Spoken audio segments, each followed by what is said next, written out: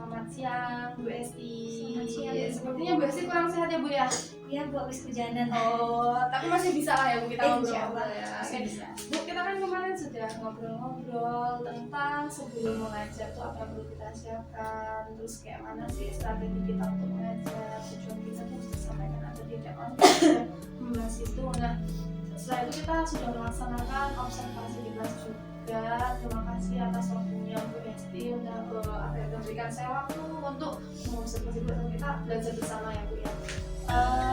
Setelah kita kemarin ngajar bareng di kelas itu, apa Bu yang dirasakan?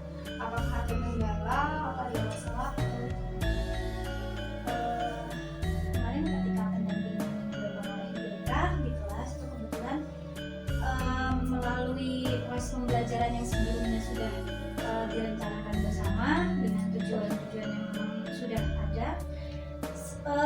Kalau kendala mungkin tidak ya Bu ya, karena kemarin proses pembelajaran kan berjalan secara lancar, terutama ketika proses pembelajaran yang dibuat sedikit berbeda dari yang sebelumnya yang hanya prosedurnya adalah saya menerangkan pembelajaran nih materi dan anak-anak mendengarkan, mungkin cuma sekedar sekedar sesi tanya jawab. Kemarin kita coba buat per kelompok-kelompok, kemudian ada tutor teman sebayanya, jadi satu orang menjelaskan ke teman-temannya materi seperti ini. Kemudian untuk masalah kan pasti masalah umum adalah siswa kan kadang-kadang ribut ya, nah tidak kondusif. Nah kemarin kita coba dengan teknik apa ya, stop ya kalau nggak salah ya. Jadi meminta siswa untuk mengikuti instruksi kita. Jadi ketika siswa itu ribut, kita bilang tepuk 1 kali, tepuk 2 kali. Nah ternyata itu lebih efektif untuk membuat siswa itu lebih kondusif. Nah kalau kendala mungkin apa ya yang saya rasakan untuk proses pembelajaran lancar, mungkin untuk beberapa siswa yang memang daya tangkapnya sedikit kurang, nah itu mungkin yang masih menjadi PR untuk saya. Cuman dilihat dari proses yang kemarin kita lalui, alhamdulillahnya lebih dari 70% dari siswanya sudah memahami materi Bu, dan mereka merasakan kalau belajar yang seperti itu lebih efektif daripada hanya mendengarkan saja. Gitu. Berarti intinya pembelajaran sudah berjalan dengan lancar, karena menemukan suatu permainan atau suatu strategi yang Strategi baru untuk mengondisikan siswa dan untuk memfokuskan kembali siswa ini ke pembelajaran kita gitu. Dan keren sekali betul juga kemarin ada coaching apa sih rekan sejawat gitu kan. Terus mungkin di permasalahan itu, di titik permasalahan sekarang itu yang masih mengganjal adalah ada beberapa siswa yang mungkin daya tangkapnya kurang sekitar 25% siswa 15%. Kira-kira ada nggak Bu strategi untuk yang 20 anak ini, 25% anak ini, karena daya tangkapnya kurang, pasti kita harus ada satu permasalahan, ada satu penyelesaian. Nah untuk menyelesaikan yang 25% ini kira-kira Ibu ada strategi nggak untuk gimana caranya anak bisa Kalau dari kemarin saya pakai metode pembelajaran yang pembelajaran termasuk Jawa itu saya lihat kan lebih efektif. Jadi mungkin untuk kedepannya saya mengambil strategi untuk anak-anak yang memang daya tangkapnya sedikit rendah, dia akan saya sandingkan duduk bersama dengan teman-teman yang memang daya tangkapnya lebih dari kita. Nah mungkin yang bisa kita lakukan adalah gimana caranya si temannya itu mau membantu teman di sebelahnya yang merasa oh nggak pernah ngerti nih materi ini. Jadi kan kalau siswa sekarang kan modelnya gini, ketika diajarin oleh guru ya mungkin saat itu aja kan gitu, habis itu hilang. Tapi ketika teman yang mengajarkan menggunakan bahasa sehari-hari mereka, menggunakannya bahasa slang lah kita sebutnya, itu memori jangka panjangnya itu lebih gitu loh, lebih ingat, lebih mengena. Jadi mungkin strategi seperti itu yang nanti akan saya coba untuk di kelas-kelas. Udah ada sih beberapa kelas yang saya pakai metode itu, ternyata ya alhamdulillah Bu, ada peningkatan lah. Oke, berarti itu sudah terlaksana tapi belum terlaksana di kelas yang kemarin Belum, observasi ya? baru satu kelas kan kita observasinya beberapa hari yang lalu. Nah baru terlaksana di hari kemarin saya nyoba. Ternyata satu kelas itu oke lah gitu. Nah nanti tinggal mencoba kita realisasikan ke kelas-kelas yang belum dan kelas kemarin yang kita terjun langsung di situ. Terus rencananya kira-kira kapan? Langsung mau eksekusi atau Iya, nunggu jelas, program setelah semesteran ini gitu? Kalau saya langsung Bu, karena kan kita kan seminggu lagi akan ada semesteran nih. Nah mungkin untuk membahas kisi-kisi dan yang lain-lain itu bisa kita pakai dulu, cuman mungkin tidak akan maksimal. Jadi untuk memaksimalkan apa sih sistem pembelajaran dan strategi yang seperti itu mungkin nanti setelah semester ganjil ini. Oke, terus berarti udah keren ya Bu ya, sampai nanti ke pembahasan kisi-kisi kita mau pakai metode yang kayak gitu nih gitu. Ternyata emang kalau kita lihat dari kemarin emang ternyata sudah progres untuk anak menerima materi ini. Ternyata mungkin mereka beranggapan kalau guru tuh yang ngasih materi itu bosen gitu kan ya. Benar.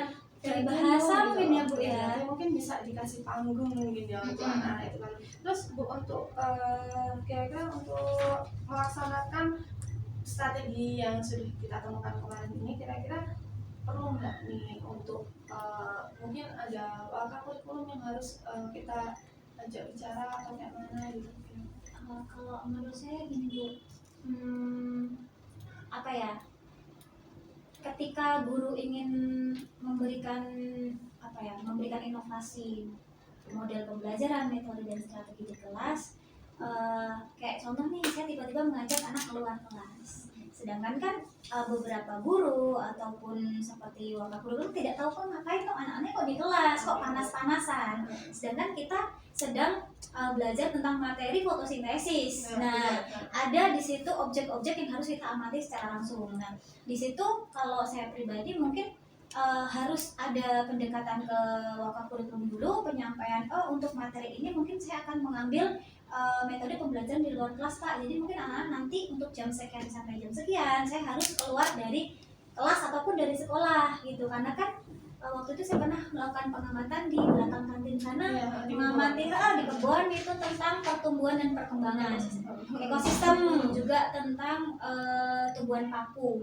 Karena di lingkungan sekolah kita di dalam nggak ada, jadi mau nggak mau saya bawa keluar. Nah mungkin perlu sibuk kayak pendampingan atau nanti penyampaian dari kita ke Waka dan dari Waka ke guru-guru lain, supaya nanti guru-guru lain juga tidak merasa terganggu dengan proses pembelajaran yang kita lakukan seperti itu.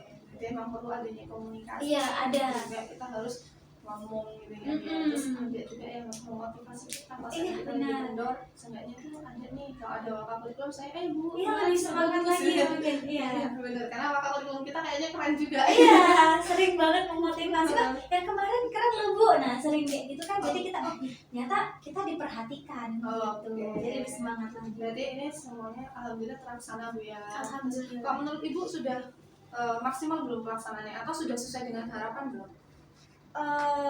Kalau maksimal sih jelas belum ya Bu ya.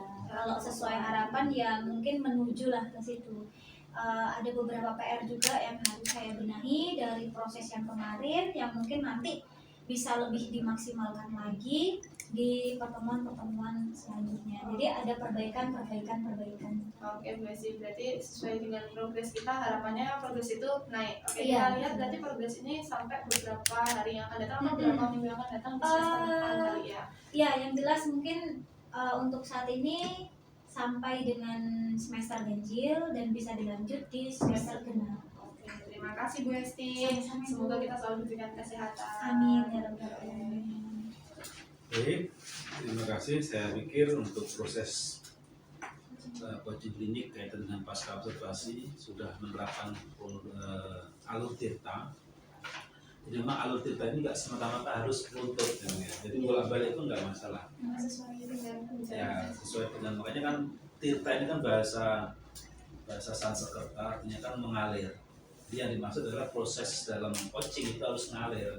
Ketika seorang rekan sejawat ini kita ajak coaching dan itu nggak nyaman, ya kita lari kemana? Boleh kayak kemarin boleh jadi mentor, boleh jadi konselor ya Pak ya. Konselor, prosesnya bisa ditulis mentoring ataupun konseling ataupun coaching. Tapi lebih ditekankan ke coaching. Ketika coaching tidak mampu, jangan sampai ke mentor gitu.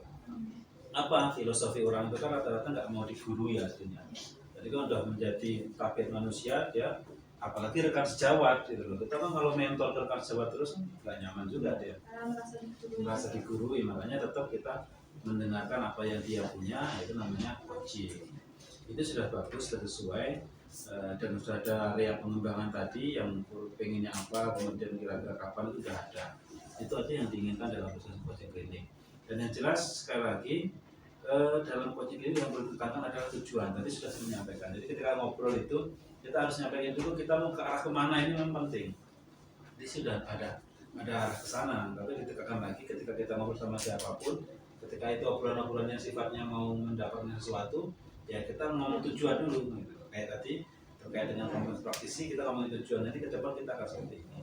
Baik, itu kaitan dengan coaching klinik pasca seperti saya rasa sudah kita anggap cukup. Berikutnya kita di penugasan yang akan datang sesuai dengan alur yang diharapkan dalam LMS. Karena sekali lagi apa yang ada di sini merupakan sesuatu yang sudah diterapkan di sana dan kita cuma ngikutin aja.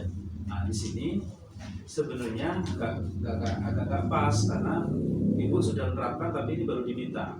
Nah di PI yang ke-6 nanti ibu harus tetap membagikan feedback 360 derajat kepada kayak kemarin rekan sejawat, kemudian kepala sekolah, kemudian siswa dibagikan lagi, kemudian kita minta lagi hasilnya seperti apa, termasuk yang self evolution atau self evaluation, nah, evaluasi diri.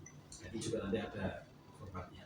Dan berikutnya, entah ini sudah dilakukan atau belum, yang jelas nanti ini akan kita minta dokumennya, jadwal diskusi pemetaan hasil dengan kepala sekolah. Oh, sudah ada. Nah itu silakan nanti dokumennya siapkan di PI 6 karena saya ngabutnya nanti setelah PI 6. Oh ya, itu sudah diaksinya tadi sebenarnya. Udah ya, nah, karena ini sebenarnya sudah berjalan, maka saya bilang ini kita terlambat PI-nya.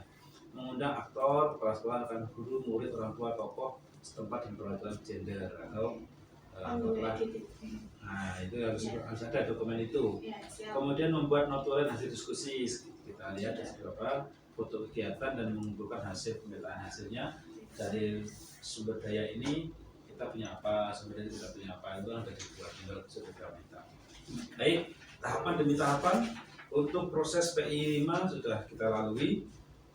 Harapannya yang PI 6 nanti kita akan minta lagi, dan yang terakhir jangan lupa nanti tetap fokus di LMS. Meskipun kita sudah mendekati akhir, namun terus dibuka-buka kembali di belakang itu nanti di LMS mana yang belum terisi atau belum ternilai, agar nanti ketika review akhir itu kita nggak keteteran. Sekian Bu Eka, kita ketemu lagi di PI yang ke-6. Assalamualaikum warahmatullahi wabarakatuh. Waalaikumsalam.